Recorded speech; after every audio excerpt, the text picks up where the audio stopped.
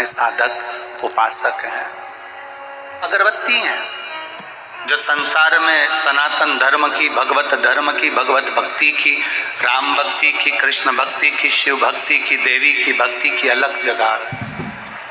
और सुगंध फैलाने वाली अगरबत्ती को कोई फूंक मारकर बुझा नहीं सकता। बुझाएगा कोई नहीं। शिव महापुराण की कथा कहती है कि आप और हम अपनी जिंदगी में कोई ऐसा कर्म करें, जन्म हुआ है, मृत्यु लोक में आए हो, आप और हमारा जन्म इस संसार सागर में हुआ, कोई कर्म अच्छा ऐसा कर लो, आप अठन्नी भी किसी को मत दो, उस पैसे का सदुपयोग अपने ऊपर, खुद के ऊपर करो। ऊपर नहीं कर पा रहे हो तो अपने आसपास पड़ोस में कोई बच्चा शिक्षा ग्रहण करना चाहता है और उसके पास पढ़ने के लिए धन नहीं है, तो प्रयास करना कि उस बच्चे को पढ़ाकर उसकी मंजिल तक पहुंचाने का काम। आपके मोहल्ले में कोई व्यक्ति बहुत परिवार में, कुटुंब में, रिश्तों में, नातों में बहुत बीमार पड़ा हुआ है, उसके पास में धन नहीं है, उसके पास में संपदा नहीं है, पैसा नहीं,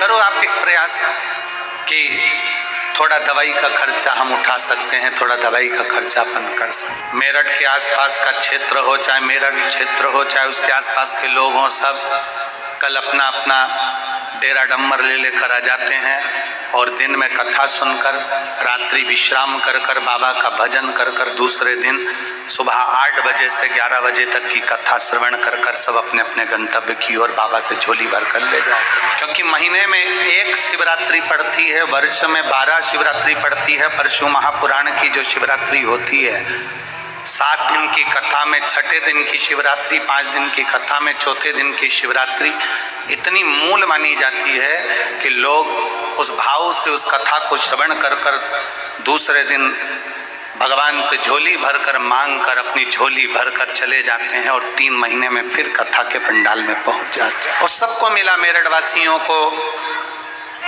बाबा उगड़नाथ जी ने कुछ कृपा करी होगी, बाबा उगड़नाथ जी ने करुणा करी होगी। आप सबने उगड़नाथ बाबा को, बेलकेश्वर बाबा को 1 लोटा जल ज्यादा चढ़ाया होगा, तो उगड़नाथ जी ने आपकी सुन ली और ये शिव पुराण की कथा मेरठ में करवाई। इस संख्या में आप लोग शिव पुराण कथा सुनने के लिए पधारे। इससे हमको बहुत कुछ सीखने को मिलता है। एक चींटी सामूहिकता में रहती है, एक साथ रहती है, कतारबद्धता में चलती है और मिट्टी में भी, कचरे में भी अगर शक्कर का कण पड़ा होता है तो चींटी उसको उठा लेती है। एक चींटी, माननीय मुख्यमंत्री जी ने एक नारा दिया उत्तर प्रदेश के योगी जी ने कि बटोगे तो कटोगे। ये क्यों नारा दिया? ये चींटी का वो समूह बता रहे हैं कि चींटी जब एक साथ रहती है तो बड़े से बड़े लकड़ी को, बड़े से बड़े कचरे को भी सामूहिकता में उठाकर ले जाती है। जब हम और आप समूह में रहेंगे तो किसी की सामर्थ्यता नहीं कि कोई तुम्हें काट। जीजियाँ बैठी हैं, मेरे जीजा बैठे हैं, मेरी माताएं बैठी हैं, मेरे भाई बैठे हैं, बेटियां बेटे बैठे हैं। हम आपसे एक बात पूछते हैं कि पहले घर परिवार बहुत बड़ा होता था, 4-5 मामा, चाचा, काका, बुआ, फूफा इतने बड़े होते थे, तो मोहल्ले में किसी की हिम्मत नहीं होती थी कि वो उससे झगड़ा कर ले। बोलो सही है कि गलत है? नहीं झगड़ा करते थे। अरे वो 6 भाई हैं और उसकी 4 बहनें बहुत तेज और बुआ के बच्चे और तेज। चींटी हमें ज्ञान देती है कि हम कतारबद्धता में चलते हैं, एक लाइन में, एक कतार में चलते हैं। एक चींटी हमको ज्ञान देती है कि कचरे के ढेर में भी शक्कर का टुकड़ा, गुड़ का टुकड़ा पड़ा है तो मैं उठा लेती हूँ और लेकर चल देती हूँ। ये चींटी हमको ज्ञान देती है कि सामूहिकता में रहो, अपनी कतार में चलो,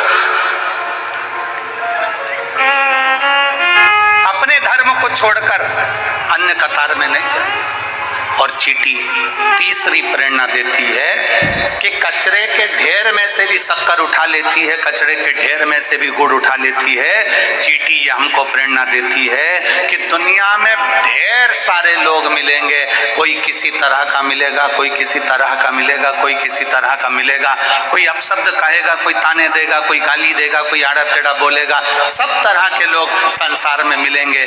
शिव महापुराण की कथा और चींटी का चरित्र कहता है कि कचरे के ढेर में से शक्कर उठा लो, उसी तरह संसार के लोगों में से जो तुमको अच्छा लगे उसकी अच्छाई को ले लो और उसकी बुराई को वहीं छोड़ो। जी का काम आया। पत्रिका लिखने का समय आता है और शादी की पत्रिका लिखाती है और जितने लोग पत्रिका लिखने बैठते हैं वो आपस में चर्चा करते हैं। मामा जी के यहाँ पत्रिका भेज रहे हैं, मामा जी के यहाँ पत्रिका भेज रहे हैं। हाँ, दूर के मामा है ना, दूर के मामा है ना, उन्होंने अपने को बुलाया था क्या? बस 2 जनी का लिख दो, ज्यादा जाने की जरूरत नहीं है।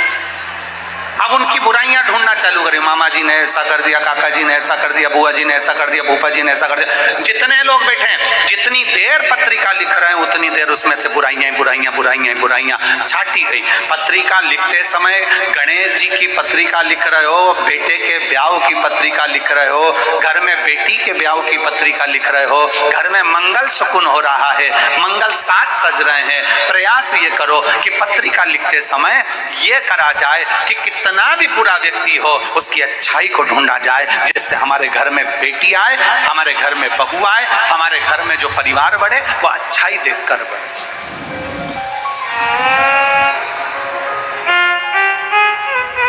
चींटी की सामूहिकता नहीं, और वो झुंड की चींटी में से एक चींटी अलग निकल गई, बाहर चली गई, साइड में चली गई और वो तुम्हारे पांव के नीचे आके मर गई। अकेली थी, बट गई, कट गई, अकेली थी। माननीय सांसद महोदय अग्रवाल जी को बहुत बहुत साधुवाद। चींटी का झुंड है, उस पे पांव नहीं रख पाओगे क्योंकि तुम्हें लगेगा कि इतनी सारी चींटियां हैं, नहीं, काट लेगी, आ जाएगी। और अकेली है, पांव रखा गया, चले गए, समाप्त हो।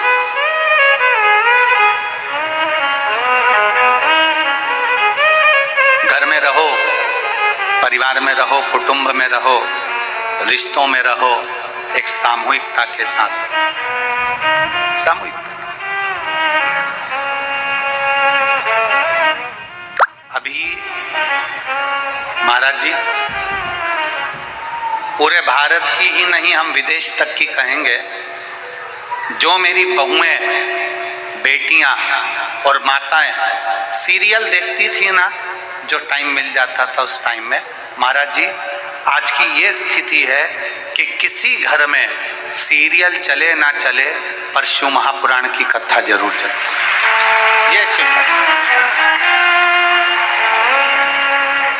पहले लोगों को सीरियल का इंतजार रहता था कि सीरियल आएगा, उसमें ये बोलेगी, उसमें वो बोलेगी, इसमें ये होगा, उसमें वो होगा, पर अब लोगों को इंतजार रहता है शिव महापुराण की कथा कहाँ से आ रही है, सुनना।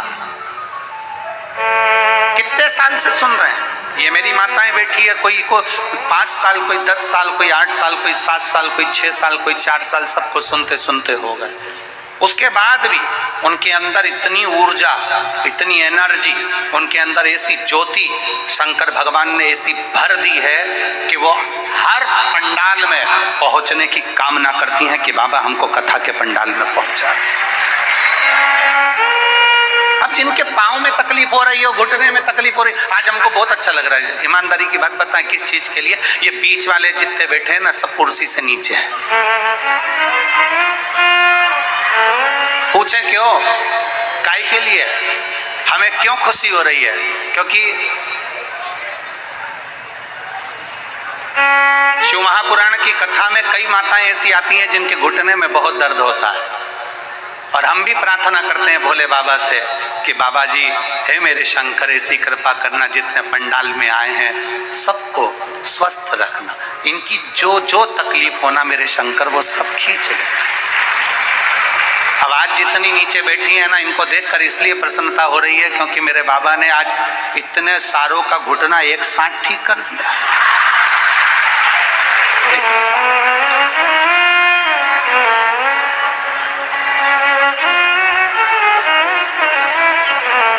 सुनेंगे जब स्तुति करने का समय आएगा तब जमीन पर बैठ जाएंगे। तो हमने उनसे पूछा कि जमीन पर बैठते हो और कथा श्रवण कर कर जब स्तुति करने का समय आता है श्री शिवाय नमस्तुभ्यम बोलने का, तो जमीन पर बैठकर बोलते हो, उसका फायदा क्या है?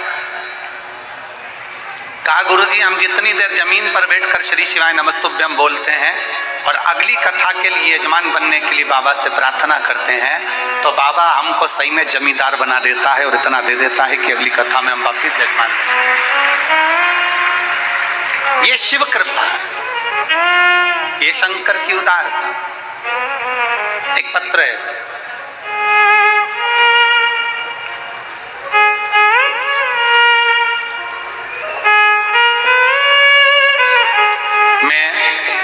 दुजाना निवासी सुनीता शर्मा, गौतम बुद्ध नगर, ग्रेटर नोएडा से हूँ।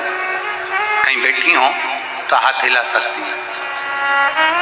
मैं दुजाना निवासी सुनीता शर्मा, गौतम बुद्ध नगर, पत्र को आप लोग एलईडी पर पढ़ सकते हैं, गौतम बुद्ध नगर, ग्रेटर नोएडा से हूँ। गुरुजी मैं आपकी कथा 2021 से सुन रही हूँ। अगर कहीं बैठी हो और आई हो, बच्चे को लाई हो तो लेकर आ सकती हूँ व्यासपीठ पर। आपकी कथा 2021 से सुन रही हूँ। एक लोटे जल का क्या वर्णन करूं गुरुदेव। शादी को 19 वर्ष निकल चुके थे और 19 वर्ष से कोई संतान नहीं थी। सभी डॉक्टरों को दिखाया पर कोई लाभ नहीं। फिर आपकी कथा ग्रेटर नोएडा के उमा पब्लिक स्कूल में आयोजित हुई। वहाँ रोज कथा सुनने गई और बाबा से अर्जी लगाती, बैठती और बाबा से विनय करती, बाबा तूने सबकी झोली भरी है तो मेरी भी तो भरो। बाबा मैंने सुना है कि पंडाल में बैठकर कथा श्रवण करने वाले की झोली तो भरता जरूर है, मुझ में क्या कमी रह गई। ग्रेटर नोएडा की कथा में बाबा से 5 दिन कथा के पंडाल में विनय करी और 19 वर्ष के बाद बाबा ने मेरे को संतान दी। मैं बाबा को प्रणाम करने के लिए 19 वर्ष के बाद मेरे घर में संतान की प्राप्ति हुई। शादी के बाद लोग इंतजार करते हैं 1 साल, 2 साल, 3 साल, 4 साल, 5 साल, 6 साल, 7 साल की शादी के बाद संतान होगी। 8 साल, 9 साल, 10 साल, 11 साल। जिसके यहाँ पर 4 साल, 3 साल शादी के बाद संतान नहीं होती, उसको बेचैनी होने लगती है कि संतान क्यों नहीं।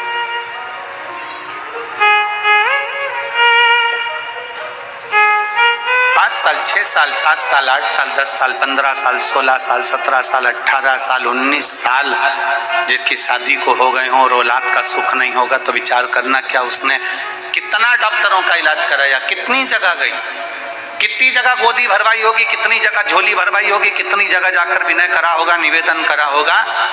पर उस बहन ने लिखा कि मैंने ग्रेटर नोएडा की कथा उमा पब्लिक स्कूल के उस प्रांगण में बैठकर सुनी और बाबा से कहा तूने सबकी झोली भरी तो मेरी भी भर दे।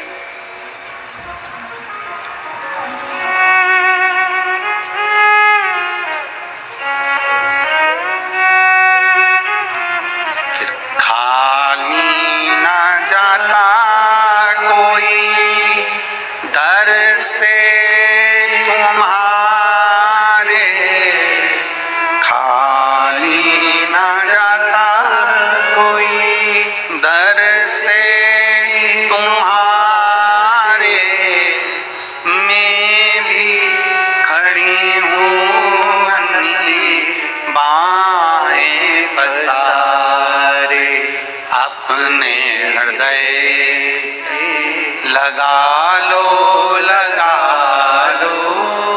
गिरा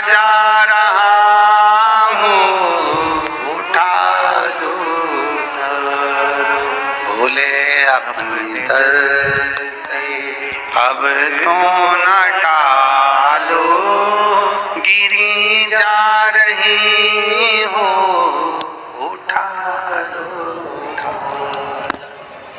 आप जिस भाव से भगवान से प्रार्थना करते हो, जिस हृदय से शिव से अपने मन की बात करते हो, इस कथा में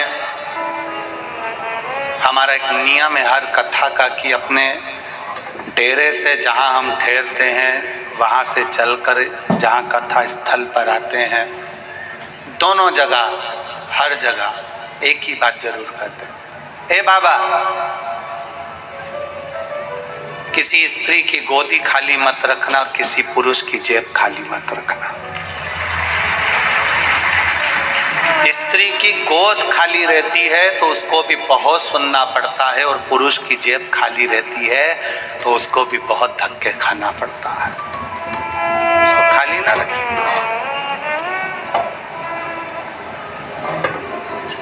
जिसके पास में धन नहीं होता ना, जिसके पास में पैसा नहीं होता, धन नहीं होता, वैभव नहीं होता, थोड़ी संपदा नहीं होती, उससे पूछो कि उसकी दशा क्या होती है। अपने भी साथ छोड़ देते हैं, अपने भी पीछे हट जाते हैं। धन के साथी हजारों हैं, धन नहीं तो कोई नहीं। सुख के साथी हजारों हैं, जब दुख पड़ा तब कोई नहीं। वाहवारी दुनिया मतलब की दुनिया में किसी का कोई नहीं।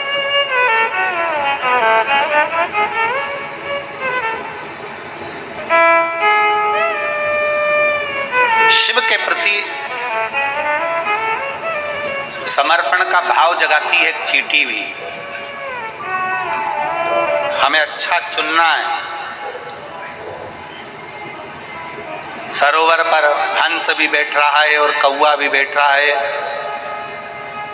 हंस भी बैठ रहा है और कौवा भी सरोवर पर बैठ रहा है। कौवा मोती नहीं चुनेगा, हंस मोती चुन लेगा। आप अच्छा चुनो, अच्छा देखिए, अच्छा करिए, अच्छा समझिए। और फिर निवेदन है, दिया बुझाया जा सकता है पर अगरबत्ती नहीं बुझा सकते। फूंक से नहीं बुझा सकते। आप उस अगरबत्ती को फूंक से नहीं बुझा सकते, क्योंकि वो सुगंध दे रही है, वो खुशबू दे रही है। उसकी सुगंध चारों तरफ है, उसकी खुशबू चारों तरफ है। भारत के जितने संत हुए, साधु हुए, सन्यासी हुए, तपस्वी हुए, साधक हुए, उपासक हुए, इन्होंने करा क्या? इन्होंने सुगंध फैलाई।